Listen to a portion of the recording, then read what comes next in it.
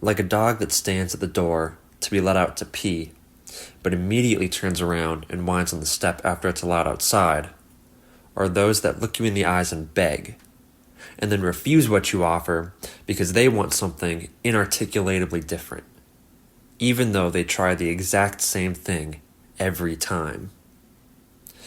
One taste of the consequences of their desires, and they scramble to back up and resume their original position. They thought they wanted it, acted like they wanted it, but somehow, somewhere, lost the understanding to see what so obviously was going to happen. Their behavior doesn't make sense, and as the societal boy crying wolf, soon they will be completely ignored. And what if the dog isn't let back in? Oh, the horror at the thought of implying to someone today that they have to live with the consequences of their actions. Or maybe they allowed themselves to be convinced by someone or something else that these desires were good and worth pursuing, without truly understanding what jumping on the bandwagon of deception was going to cost. No matter how much the dog barks and cries, it lacks the capability to open the door by itself. You would think that in realizing one's dependence, one would exercise caution with the expression of flippancy, or learn to control their impulses.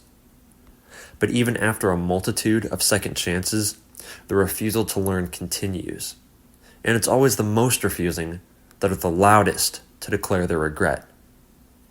I sense insincerity.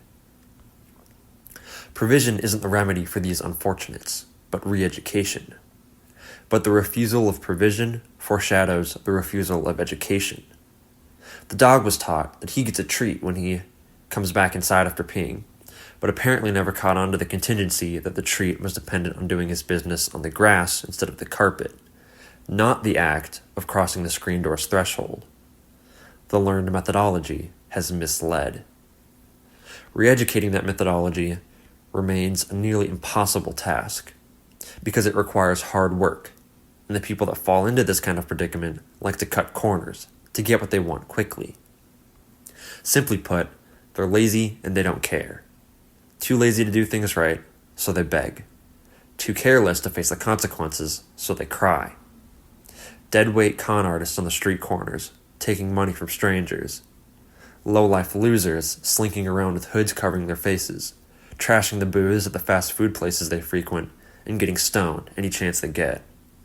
Talking big and loud about getting out of the bad part of town while holding greedy hands out to the government. The habits don't match the spoken goal, but at the end of the day, it was never really about the spoken goal.